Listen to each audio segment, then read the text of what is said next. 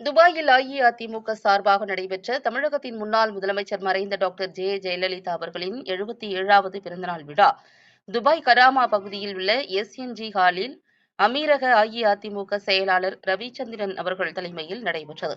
இதில் சிறப்பு விருந்தினராக அஇஅதிமுக முன்னாள் அமைச்சர் டாக்டர் வைகை செல்வன் ஆன்லைன் மூலம் பங்கு பெற்றார். நிகழ்ச்சி தொடர்பான ஏற்பாடுகளை அஇஅதிமுக பொதுச் செயலாளர் டாக்டர் எடப்பாடி பழனிசாமி அவர்கள் ஆன்லைன் மூலம் ஒரு நாள் முன்பே அமீரக செயலாளர் ரவிச்சந்திரனிடம் கேட்டறிந்தார்.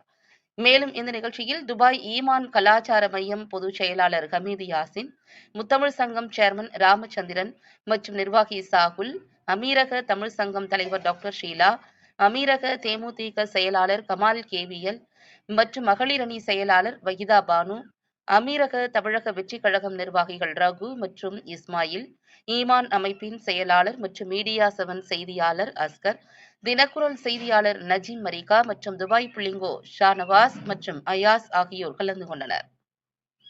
இந்த நிகழ்ச்சியினை தங்கதுரை தொகுத்து வழங்கினார் மற்றும் நிகழ்ச்சியில் அமீரக அம்மா பேரவை செயலாளர் சரவணன் வரவேற்பு வழங்கினார்.